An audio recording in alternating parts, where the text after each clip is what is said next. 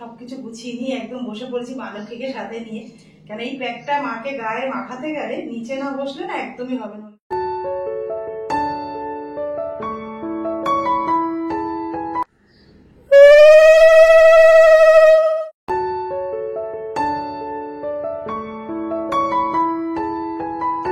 পরিষ্কার সুগন্ধ জল কিন্তু মার জন্য রেডি হয়ে গেল।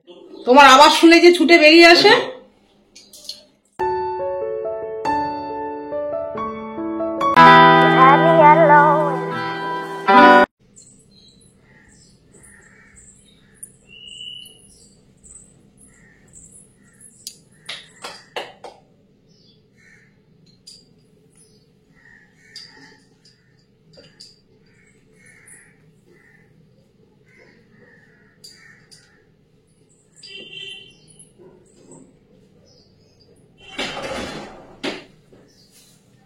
Hello everyone, good morning. তোমরা সবাই কেমন আছো? আশা করি খুব ভালো আছো, সুস্থ আছো। আমরাও ভালো আছি। দেবনাথ ফ্যামিলিতে তোমাদের আরেকবার স্বাগত।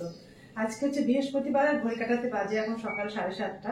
তো এখন থেকে ব্লগটা শুরু করলাম তোমাদের সাথে নিয়ে, সঙ্গে নিয়ে। আজকে কিন্তু আমার ঠাকুরঘর থেকে ব্লগটা শুরু করলাম। তো চলো, বৃহস্পতিবারের পুজো দিতে তো অনেকটা সময় লাগবে, তো চলো পুজোটা শুরু করে দিই।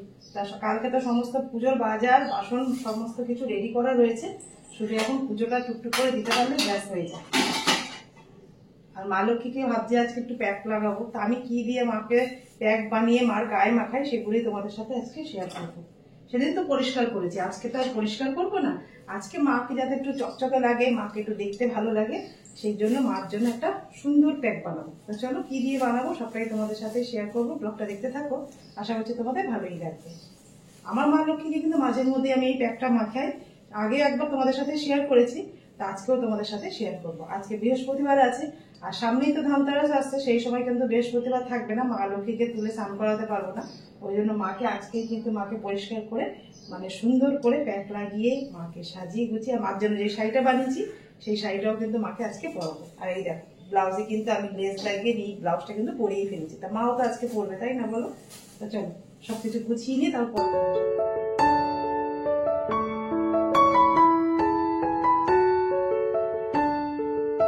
ঠাকুর ঘরে এসেই আগে কিন্তু ঠাকুরকে জাগিয়ে নিলাম, নিয়ে এবার ঠাকুরের যেখানে প্রসাদের বাটা দিই সেই জায়গাটা ভালো করে মুছে পরিষ্কার করে মা লক্ষ্মীকে ওখানটা নিচে নামিয়ে নিলাম, নিয়ে মায়ের আসনটা ওখানটা পরিষ্কার করে তা দেখো নিচে বসে পড়লাম। নিচটা কিন্তু ভালো করে মুছে নিলাম, সকালে তো সমস্ত কিছু মোছা হয়ে যায়। তারপর আমি দাঁড়িয়ে দাঁড়িয়ে এতক্ষণ ঠাকুর ঘরে কাজ করছিলাম, পাড়া পড়েছে, সেই জন্য কিন্তু আমি ভালো করে মুছে পরিষ্কার করে একটু গঙ্গার জল ছিটিয়ে নিলাম।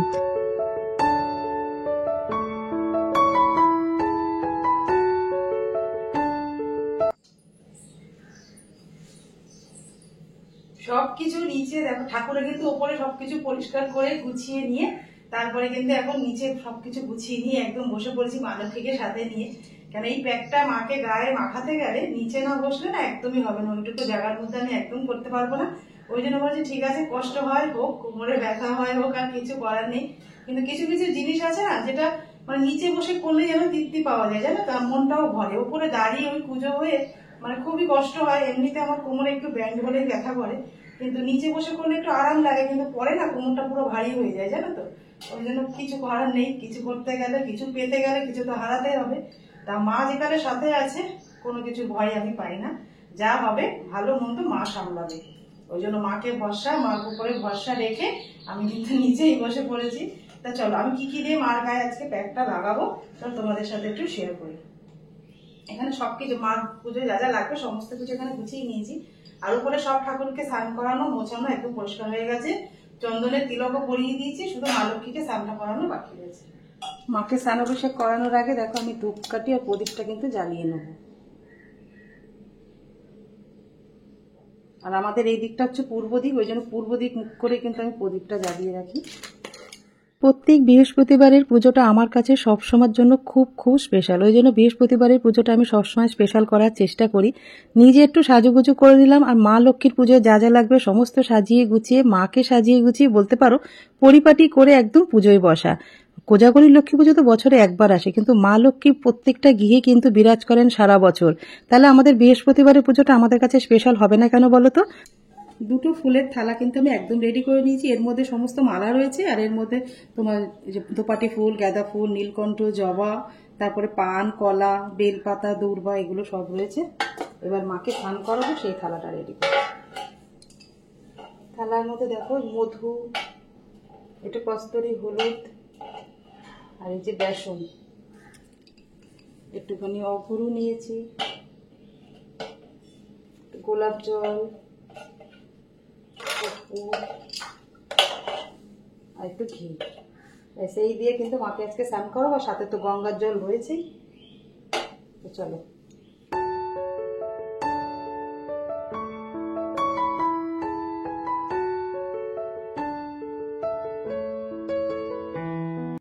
চলো মার প্যাকটা আগে রেডি করে নিই।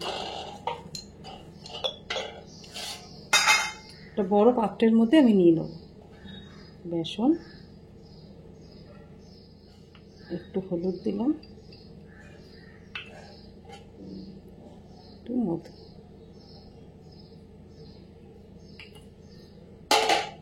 এর মধ্যে দেব একটু অগুরু, গোলাপ জল। গোলাপ জল দিয়ে কিন্তু প্যাকটা রেডি করি, এর মধ্যে আর কোনো রকম জল আমি দেব না। বেসন, মধু আর তোমার একটু হলুদ কিন্তু আমি দিয়ে একটা প্যাক কিন্তু রেডি করে নিয়েছি। এর মধ্যে গোলাপ জল, অঘরু সমস্ত কিছু দিয়ে এই দেখো মার জন্য প্যাকটা রেডি করেছি। এটাই কিন্তু এবার মার সারা গায়ে আমি মাখিয়ে দেবো। মাকে প্যাকটা লাগানোর আগে আর স্নানাভিষেক করানোর আগে আমি একটু আরতি করে নেব। জয় মা শ্রীলক্ষ্মী, জয় মা, জয়।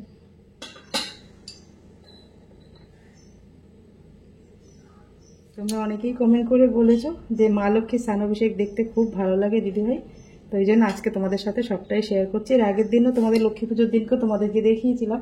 তো চলো আমি যে মাকে বাড়ি থেকে একটা বানিয়ে মাখাই সেটাই তোমাদের সাথে আজকে শেয়ার করবো। আর তোমাদের কেমন লাগলো সেটাও কিন্তু কমেন্ট করে জানিও। তোমাদের মা লক্ষ্মীকে তোমরা কি দিয়ে প্যাক বানিয়ে মার গায়ে মাখাও সেটাও কিন্তু আমাকে কমেন্ট করে জানিও। তাহলে আমিও কিছু শিখতে পারবো যে তোমরা কি দিয়ে মাখো। আমি যেটা করি সেটা দিয়ে করো, না অন্য কিছু আরো এর মধ্যে অ্যাড করো। আমি কিন্তু টক দইও দিই, কিন্তু আজকে আর টক দই দিলাম না। আজকে এমনি একটা মাকে নর্মাল একটা প্যাক বানিয়ে মাখালাম। যেদিনকে মাকে পরিষ্কার করি সেদিনকে টক দইটা দিই। তোমরা তো জানো কিছুদিন আগেই লক্ষ্মী পুজো গেছে, মাকে কিন্তু আমি পরিষ্কার করেছি। এটা এবার মাকে সারা গায়ে, গালে, সব জায়গায় আমি এই প্যাকটা লাগিয়ে দেবো। জয় মা। বৃহস্পতিবারে পুজো দিতে বসলে কিভাবে যে সময় পেরিয়ে যায় সেটাই বুঝতে পারি না, জানো তো। এতটা বেলা হয়ে যায়, ওঠার পরে বুঝতে পারি যে বাবা এতটা বেলা হয়ে গেছে, এতক্ষণ কি করছিলাম। কিন্তু ওই যে মনে হয় মা যেন আমাকে বসিয়ে রেখেছে ওখানে, যে একটু বস, পরে যাস। তো এইরকম করে আমার কিন্তু বৃহস্পতিবারের দিনটা কাটে। মা লক্ষ্মী তো সর্বদা সব গৃহে বিরাজ করেন, সেই জন্য মা লক্ষ্মীর একটা দিন কখনো স্পেশাল হতে পারে। আমাদের বাবা মা যেরকম ফাদার্স ডে, মাদার্স ডেতে ছেলে মেয়েরা পোস্ট করার জন্য দেখবে বড় বড় করে বাবা মার সম্বন্ধে লেখে, কিন্তু সারা বছরে বাবা মাকে একবারও কিন্তু খোঁজ করে না। ওই জন্য ভালোবেসে বাবা মাকে যদি একবার ডাক খোঁজ করে না, বা ভগবানের পাশে যদি একটু বসে, এমনিতেই কিন্তু ঠাকুরও সন্তুষ্ট হয়ে যায়, জানো তো। দুটো ঘটিতে দুটো কিন্তু জল নিয়ে নিয়েছি। এটার মধ্যে রয়েছে গঙ্গার জল, এর মধ্যে কিছু মেশাবো। আর এটা কিন্তু পরিষ্কার খাওয়ার জল, যেটা আমরা ঠাকুরকে ভোগ দিই, আর আমরা যেটা পান করি সেটাই কিন্তু জল আমি এখানে নিয়ে নিয়েছি। আমার ভোলেনাথকেও কিন্তু আমি এই জল দিয়ে স্নান করাই। এই জলের মধ্যে কিছু মেশাবো না, এটা যে গঙ্গার জল, এর মধ্যে আমি কিন্তু অঘরু দিয়ে দিলাম, একটু দিয়ে দেবো একটু গোলাপ জল। এটা শেষ হয়ে গেছে, আর একটা এনে রেখেছি, একটু কর্পূরের গুঁড়ো, কিছু কুচো ফুল দিয়ে দিলাম। এটা পরিষ্কার সুগন্ধ জল কিন্তু মার জন্য রেডি হয়ে গেল। এটা মাকে একটু হালকা করে গায়ে টলে দিয়ে মাকে এবার পরিষ্কার জল দিয়ে স্নান করব।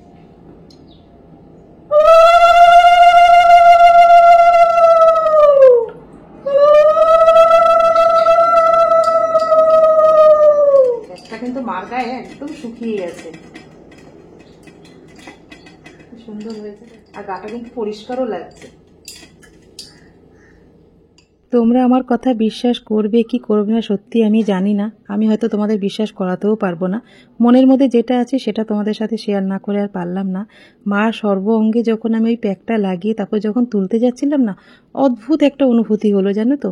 মনে হচ্ছে না মা যেন স্বয়ং ওখানে বসে আছে। মানে যেরকম আমরা প্যাক লাগালে মুখে যেরকম টান ধরে না, ঠিক মার চরণ দুটো ওইভাবে টান ধরেছে। আমার মা লক্ষ্মীর চরণ দুটো যখন জল দিয়ে ধুচ্ছিলাম, তখন আমি আর চোখের জলটা ধরে রাখতে পারিনি। মানে অঝরে চোখ থেকে জল গড়িয়ে পড়ছিল। এটাই হচ্ছে মার মহিমা, জানো তো। আমাদের ভাবার মধ্যেই কিন্তু সব কিছু রয়েছে। আমরা যদি ভাবি মা ওখানে সত্যিই বিরাজমান, আর যদি না ভাবি তাহলে ওটা পিতলের মূর্তি। দেখো মাকে কিন্তু একদম সুন্দর করে পরিষ্কার জল দিয়ে পরিষ্কার করে দিয়েছি। এবার মাকে কিন্তু এই যে সুগন্ধি জল দিয়ে একটু স্নানাভিষেক করিয়ে দেবো। দেখো একটুখানি প্যাক লাগাতেই মার মুখ গা কিন্তু একদম চকচক করছে, তোমরা দেখেই বুঝতে পারছো। আমি কিন্তু বেশিক্ষণ রাখিয়ে নি, আমার হাতে সময়টা অনেকটাই কম ছিল সেই জন্য। তো চলো মাকে সুগন্ধি জল দিয়ে স্নানাভিষেক।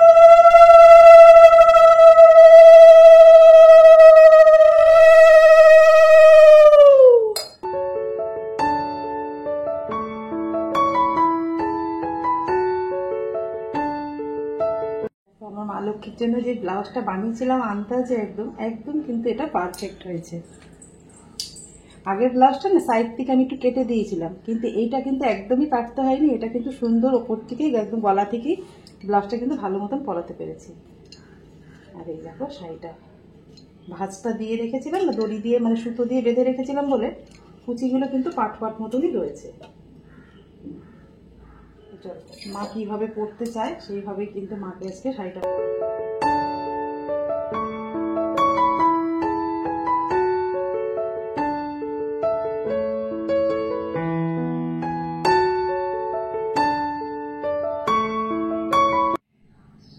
আমার মা লক্ষ্মীকে আজকে সাজিয়ে কেমন লাগছে অবশ্যই কিন্তু তোমরা কমেন্টে জানিও। শাড়ি ব্লাউজটা পরে কেমন লাগছে সেটাও কিন্তু জানিও। চলো অনেকভাবে পরাতে চাইলাম, মা কিন্তু এইভাবে আট পেরে পরতেই বেশি ভালোবাসে, ওই জন্য কিন্তু আট পেরে করেই মাকে শাড়িটা পরিয়ে দিলাম। চলো এখনো সিঁদুর পরানো বাকি রয়েছে, মাকে ফুলের মালা পরানো বাকি রয়েছে, এগুলো সাজিয়ে গুজিয়ে মাকে উপরে বসিয়ে নি, তারপর তোমাদের সাথে আবার কথা হবে। আজকে আমি আমার মা লক্ষ্মীকে যেই প্যাকটা মাখালাম সেটা কিন্তু তোমরা তোমাদের মা লক্ষ্মীকেও মাখাতে পারো, আর এক এক সপ্তাহে এক এক রকম চেঞ্জ করে করে করে দিতে পারো। আজকে যেরকম আমি বেসন মধু আর তোমার হলুদ দিয়েছি, তোমরা চাইলে কিন্তু ওর বদলে শুধু চন্দন বেসন দিতে পারো, শুধু মধু আর বেসন দিতে পারো, টক দইয়ের সাথে বেসন দিতে পারো। এইভাবে প্যাক লাগালে না মা দেখবে দীর্ঘদিন কিন্তু একদম নতুনের মতন চকচক করছে। মা লক্ষ্মীকে মার জায়গায় বসিয়ে দিয়ে এবার মা লক্ষ্মীর সামনে ঘট স্থাপন করব। তার জন্য দেখো জলপূর্ণ ঘট নিয়েছি, এখানে তোমার স্বস্তিক চিহ্ন এঁকে নিয়েছি। এবার ঘটের মধ্যে আমি যা যা দিই সেগুলো একটু তোমাদের সাথে দেখিয়ে দিই। একটা গোটা সুপারি, একটা হলুদের গাঁট, কিছুটা আতর চাল, আর এই যে 16 আনা 1 টাকার কয়েন। এইবার দেবো দেখো 7টা মতন আমের পল্লব আছে, আমি সিঁদুর লাগিয়ে নিয়েছি, এটা এবার দিয়ে দেবো। পানেও সিঁদুর লাগিয়ে নিয়েছি, কলায় কিন্তু সিঁদুর লাগিয়ে নিয়েছি, বেলপাতা,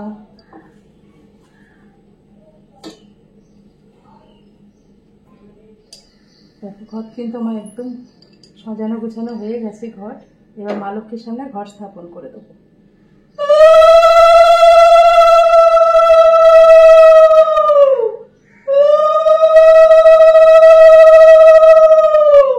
তুমি তোমার গৃহ দেবতাদের কিভাবে পুজো দেবে, কিভাবে তাদেরকে ডাকবে আর কিভাবে তাদের আরাধনা করবে সম্পূর্ণ তোমার নিজস্ব ব্যাপার। নিজের ভক্তি আর নিষ্ঠা দিয়ে ভগবানের পুজো করো, তাতেই কিন্তু ভগবান সন্তুষ্ট হয়ে যায়। কারোর ভক্তি কারোর শ্রদ্ধা কেউ কাউকে আনতে পারে, যতক্ষণ নিজের মন থেকে আসে ততক্ষণ কিন্তু কেউ কিচ্ছু করতে পারে না। নিজের মন থেকে করার চেষ্টা করো, ভগবান কিন্তু এমনিই সাড়া দেবে।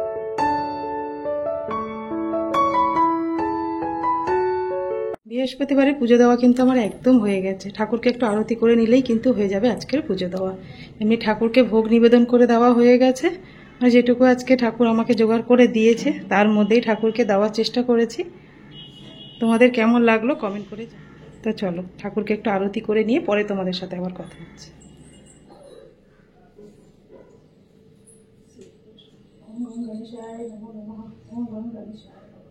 ओम महालक्ष्मी नमो नमः, विष्णुप्रियाय नमो नमः, धनप्रदाय नमो नमः, विश्वजनन्ये नमो। ओम महालक्ष्मी नमो नमः, विष्णुप्रियाय नमो नमः, धनप्रदाय नमो नमः, विश्वजनन्ये नमो नमः।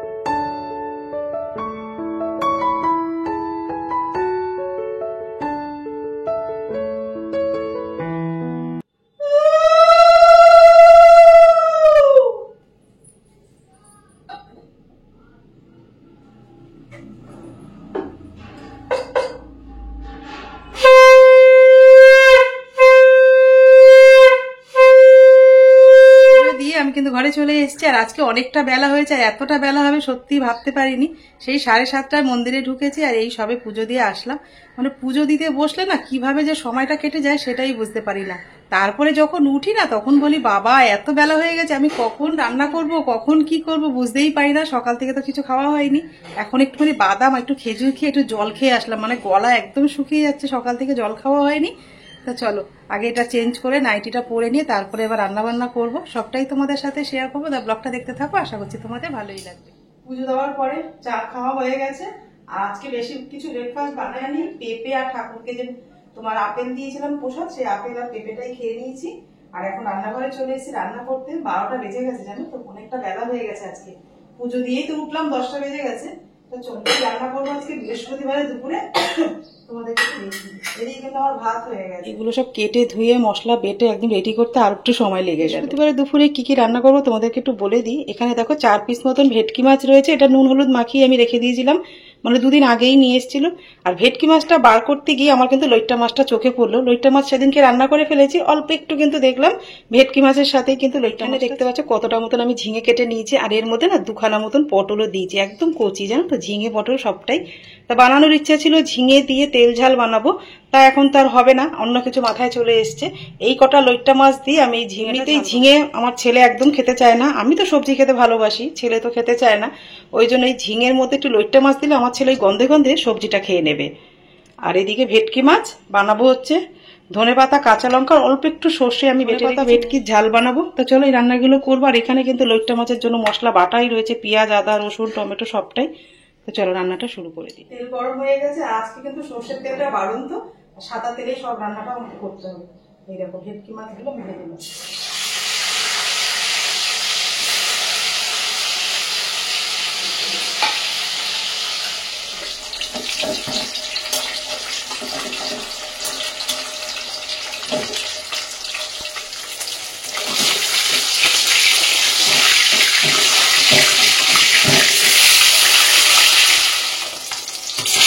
মাছগুলো কিন্তু আমার ভাজা হয়ে গেছে, এগুলোটা তুলে নেব।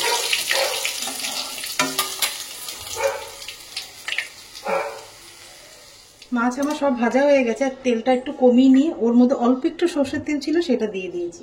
আর দেখো কালো জিরে দিয়ে দিলাম,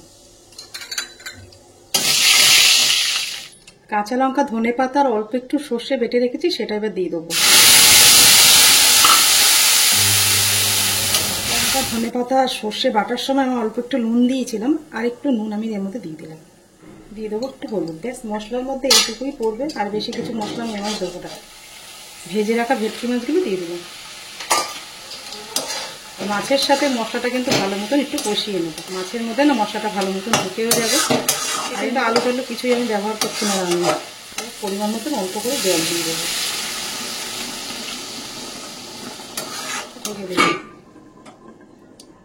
মাছ কিন্তু ভেটকি মাছ রান্না হয়ে গেছে। তারপরে কড়াই ধুয়ে বসিয়ে কড়াইয়ের মধ্যে কিন্তু তেল দিয়েছি, তেলটাও কিন্তু গরম হয়ে গেছে। আর তোমাদের বললাম না অল্প একটু লইট্টা মাছ আছে, এই দেখো। তো লইট্টা মাছটা যদি আমি ঝিঙের মধ্যে দিই, ঝিঙে কিন্তু জল ছেড়ে দেবে, আর লইট্টা মাছটা একদম গলে যাবে, ঘেটে যাবে, মাছটা কেউ ভালোভাবে খেতে পারবে না। সেই জন্য ভাবলাম মাছটা যাতে গোটা গোটা থাকে, সবাই যাতে ভালো করে পায়, এই ব্যবস্থা। অল্প একটু বেসন, স্বাদ মতো নুন, কাঁচা লঙ্কা বাটা দিয়ে পুরো মাছটা বেসনের সাথে দেখো ভালো করে মাখিয়ে নিয়েছি। এবার আমি তেলের মধ্যে ভেজে নেব। রান্নাটা করলে না তাহলে মাছটা সবাই একটা একটা করে খেতে পারবে, ওই জন্য মনে হলো যে ওই সাথে দেবো না, একদম জল ছেড়ে দেবে। এইভাবে মাছগুলোকে আমি ভেজে নেব, যেরকম লইট্টা মাছের পকোড়া করে না সেইভাবে। আর কিভাবে দেবো মাছটা ঝিঙের মধ্যে সেটা তোমাদের পরে বলবো। এবার মাছগুলো একটা একটা করে লাল লাল করে আমি ভেজে নেব। চলো মাছগুলো নামিয়ে নিয়ে তোমাদের সাথে রান্নাটা আমি শেয়ার করব। দেখো কেরকম করেছে, তোমার আওয়াজ শুনে যে ছুটে বেরিয়ে আসে। আমার বাবা কই?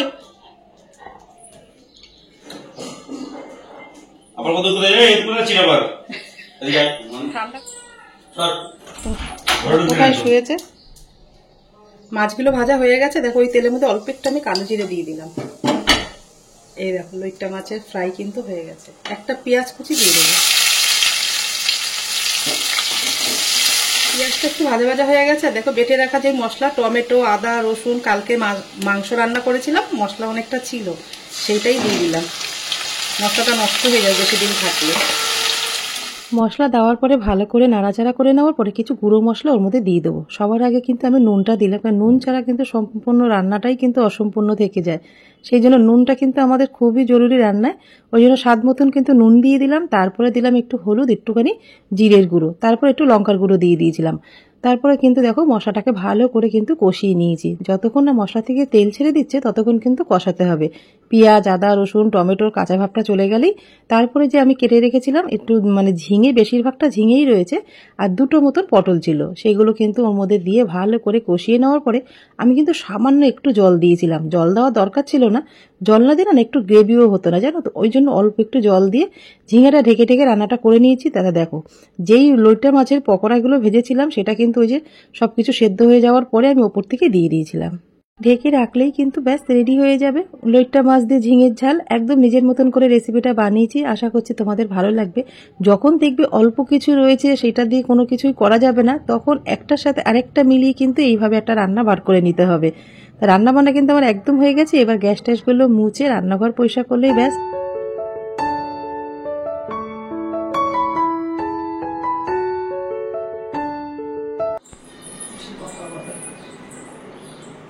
রোজই তো এক তরকারি ভাত খাওয়াচ্ছ। কালকে বললি ইঁচড় চিকেন, আজকে এটা কি করেছো?